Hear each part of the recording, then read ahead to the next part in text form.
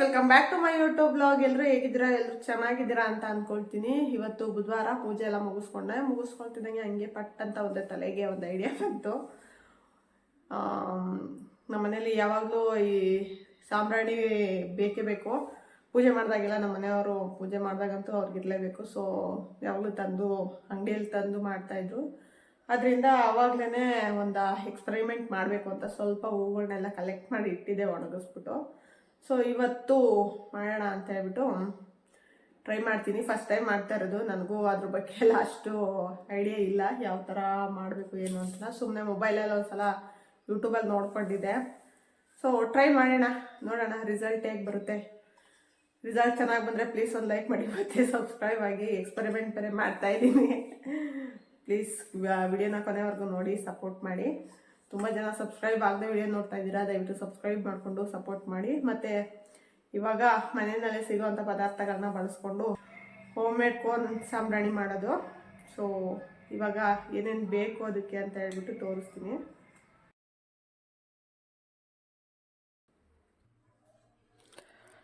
ಇದು ಪಲಾವ್ ಎಲೆ,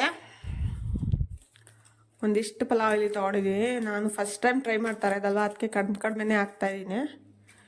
ತುಪ್ಪ ಮನೆಯಲ್ಲಿ ತುಪ್ಪ ಇದೆ, ಬಟ್ ಇರಲಿ ಅಂತ ಹೇಳ್ಬಿಟ್ಟು ಬೇರೆ ತೊಗೊಬಂದಿದ್ದೀನಿ, ಚಿಕ್ಕ ಪ್ಯಾಕು.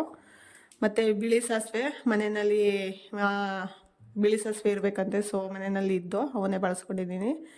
ಸಾಂಬ್ರಾಣಿ ಪುಡಿ, ಕರ್ಪೂರ ಮತ್ತು ಚಕ್ಕೆ ಮತ್ತು ಲವಂಗ, ಇವೆಲ್ಲ ಒಂಥರ ಪಾಸಿಟಿವ್ ಎನರ್ಜಿ ಅಲ್ವಾ ಮನೆಗೆ. ಸೊ ಇವನ್ನೆಲ್ಲ ಬಳಸ್ಕೊಂಡು ಇವಾಗ ಒಂದು ಹೋಮ್ ಮೇಡ್ ಧೂಪ ಮಾಡೋಣ, ನೋಡೋಣ ಎಕ್ಸ್ಪೆರಿಮೆಂಟ್ ಹೇಗೆ ಬರುತ್ತೆ ಅಂತನ.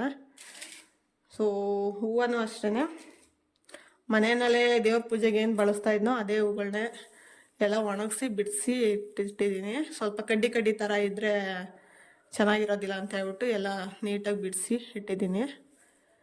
ಇದನ್ನು ಇವಾಗ ಮಿಕ್ಸಿಗೆ ಹಾಕೋಬೇಕು, ಅಂದರೆ ಗ್ರೈಂಡ್ ಮಾಡ್ಕೋಬೇಕು. ಗ್ರೈಂಡ್ ಮಾಡ್ಕೊಳ್ಳೋಣ. ಇದಕ್ಕೆ ಇವಾಗ ಬಿಡಿಸಿಟ್ಟಿರೋಂಥ ಒಣಗಿರೋ ಹೂವನ್ನು ಹಾಕೋಣ.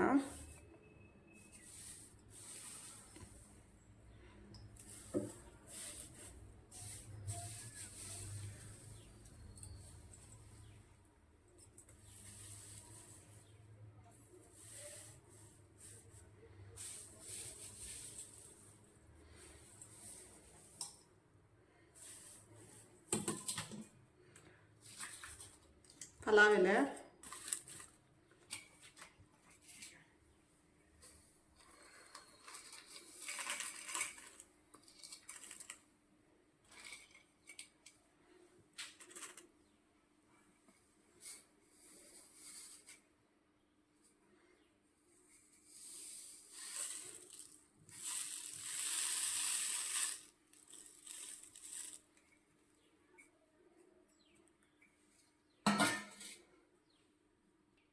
ಇವಾಗ ಇದನ್ನ ರುಬ್ಕೊಳ್ಳೋಣ ಸ್ವಲ್ಪ.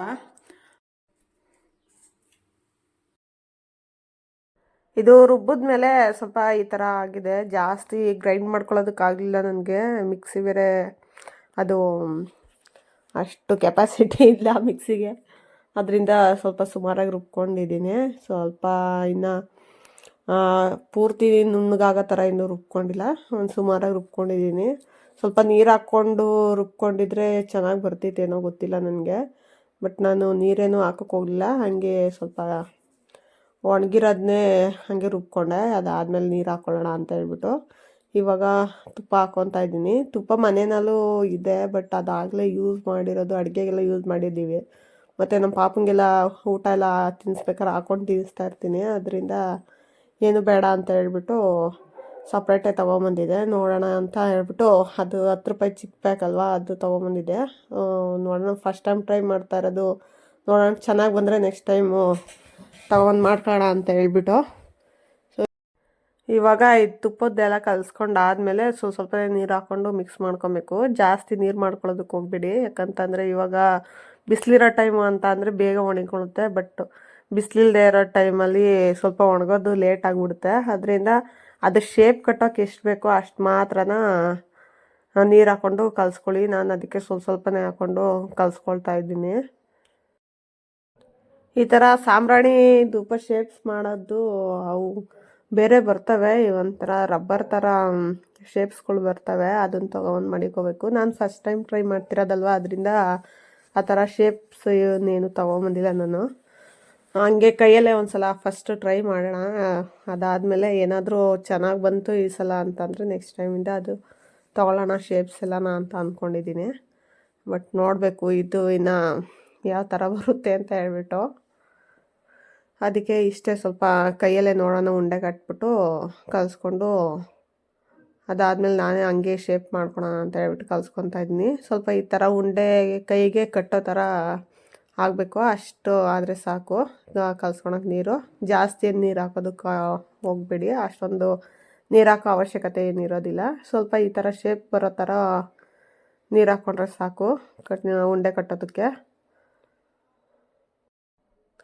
ನನಗೆ ಏನಾದರೂ ಒಂದು ಈ ಥರ ಎಕ್ಸ್ಪರಿಮೆಂಟ್ ಮಾಡೋದಕ್ಕೆ ತುಂಬ ಇಷ್ಟ, ಬಟ್ ಮಾಡೋದಕ್ಕೆ ಹೋಗೋದಿಲ್ಲ. ಅಯ್ಯೋ ಅವೆಲ್ಲ ಯಾರು ಮಾಡ್ಕೊಂಡು ಕೂತ್ಕೊತಾರೆ ಅಂತ ಹೇಳ್ಬಿಟ್ಟು. ಬಟ್ ಇದೊಂದು ಮಾಡಬೇಕು ಅಂತ ಹೇಳ್ಬಿಟ್ಟು ತುಂಬ ದಿನದಿಂದ ಆಗಲೇ ಒಂದು 2 ತಿಂಗಳ ಮೇಲಿಂದನೇ ಹೂವು ಎಲ್ಲ ನಾವು ಪೂಜೆಗೆ ಇಡ್ತೀವಲ್ಲ, ಆ ಹೂವು ತೆಗೆದಾಗ ಒಣಗಿಸ್ಬಿಟ್ಟು ಹಂಗೆ ಎತ್ತಿಟ್ಟಿದ್ದೆ.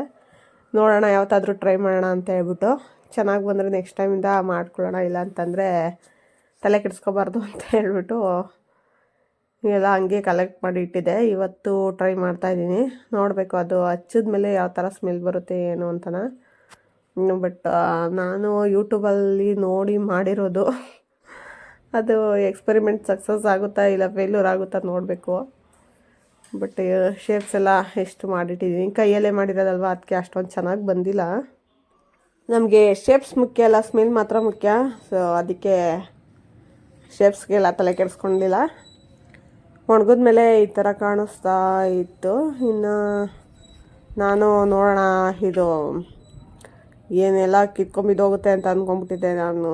ಹೆಂಗೋ ಪರವಾಗಿಲ್ಲ, ಏನು ಕಿತ್ಕೊತ ಇಲ್ಲ, ಚೆನ್ನಾಗಿದೆ. ಸೊ ನೋಡೋಣ, ಒಂದು ಹಚ್ಬಿಟ್ಟು ನೋಡೋಣ ಅಂತ ಹೇಳ್ಬಿಟ್ಟು, ಉರಿಯುತ್ತೋ ಇಲ್ವೋ, ಸ್ಮೆಲ್ ಯಾವ ಥರ ಬರುತ್ತೆ ಅಂತ ಹೇಳ್ಬಿಟ್ಟು ನೋಡೋಣ ಅಂತ ಹೇಳ್ಬಿಟ್ಟು ಒಂದು ತೊಗೊಬಂದು ಹಚ್ಚಿದೆ. ಉರಿತಾಯಿತ್ತು, ಸ್ಮೆಲ್ಲು ಪರವಾಗಿಲ್ಲ. ಬಟ್ ನಾನು ಇನ್ನೊಂದು ಸ್ವಲ್ಪ ಸಾಂಬ್ರಾಣಿ ಪುಡಿ ಜಾಸ್ತಿ ಹಾಕ್ಬೇಕಾಗಿತ್ತು. ಅಷ್ಟು ಇದು ಎಲ್ಲ ಮಾಮೂಲಿ ಅಂಗಡಿನಲ್ಲಿ ತರೋ ಥರ ಏನು ಅಷ್ಟು ಸ್ಮೆಲ್ ಇರಲಿಲ್ಲ, ಒಂದು ಸ್ವಲ್ಪ ಸ್ಮೆಲ್ ಇತ್ತು ಅಷ್ಟೇ. ಬಟ್ ಪರವಾಗಿಲ್ಲ, ಮನೆಯಲ್ಲೇ ಮಾಡ್ಕೋಬೋದು ಅಂತ ಅನ್ನಿಸ್ತು. ಚೆನ್ನಾಗಿ ಉರಿಯುತ್ತೆ. ಬಟ್ ಇನ್ನೊಂದು ಸ್ವಲ್ಪ ಅದನ್ನು ಚೆನ್ನಾಗಿ ಮಿಕ್ಸಿ ಮಾಡಬೇಕಾಗಿತ್ತು. ನಾನು ಅಷ್ಟೊಂದೇನು ಮಿಕ್ಸಿ ಮಾಡಿಲ್ಲ, ಹಂಗೇ ನೋಡೋಣ ಫಸ್ಟ್ ಟೈಮ್ ಟ್ರೈ ಮಾಡಿರೋದಲ್ವ ಅಂತ ಹೇಳ್ಬಿಟ್ಟು ಹಾಗೆ ಸ್ವಲ್ಪ ದಪ್ಪನಾಗಿ ರುಬ್ಬಿಟ್ಟು ಮಾಡಿದ್ದೆ. ಚೆನ್ನಾಗಿದೆ, ಮನೆಯಲ್ಲಿ ಟ್ರೈ ಮಾಡ್ಬೋದು. ಸೊ ಎಕ್ಸ್ಪರಿಮೆಂಟ್ ಸಕ್ಸಸ್ ಆಗಿದೆ, ಆಪ್ರೇಷನ್ ಸಕ್ಸಸ್. ವ್ಲಾಗ್ ಇಷ್ಟ ಆಗಿರೋ ಪ್ಲೀಸ್ ಒಂದು ಲೈಕ್ ಮಾಡಿ ಮತ್ತು ಸಬ್ಸ್ಕ್ರೈಬ್ ಆಗಿ. ತುಂಬ ಜನ ಸಬ್ಸ್ಕ್ರೈಬ್ ಆಗದೆ ವಿಡಿಯೋ ನೋಡ್ತಾ ಇದ್ದೀರಾ, ದಯವಿಟ್ಟು ಸಬ್ಸ್ಕ್ರೈಬ್ ಮಾಡಿಕೊಂಡು ಸಪೋರ್ಟ್ ಮಾಡಿ. ವ್ಲಾಗ್ನ ಎಂಡ್ ಮಾಡೋಣ. ಆಪ್ರೇಷನ್ ಸಕ್ಸಸ್ ಆಗಿದೆ. ನಾನು ಎಲ್ಲಿ ಉರಿಯಲ್ವ ಅಂತ ಅಂದ್ಕೊಂಬಿಟ್ಟಿದ್ದೆ, ಪರವಾಗಿಲ್ಲ ಉರಿತಾ ಇದೆ. ಸೊ ಇವತ್ತಿನ ವ್ಲಾಗ್ ಇಷ್ಟೇ. ವ್ಲಾಗ್ ಇಷ್ಟ ಆಗಿದ್ರೆ ಪ್ಲೀಸ್ ಒಂದು ಲೈಕ್ ಮಾಡಿ ಮತ್ತು ನಿಮ್ಮ ಫ್ರೆಂಡ್ಸು ಫ್ಯಾಮಿಲಿ ಮೆಂಬರ್ಸ್ಗೂ ಶೇರ್ ಮಾಡಿ, ಅವರು ಕೂಡ ಚಾನಲ್ಗೆ ವಿಡಿಯೋ ನೋಡಿ ಸಪೋರ್ಟ್ ಮಾಡಿ. ವ್ಲಾಗ್ನ ಎಂಡ್ ಮಾಡೋಣ. ಟೇಕ್ ಕೇರ್, ಆಲ್ ಬಾಯ್.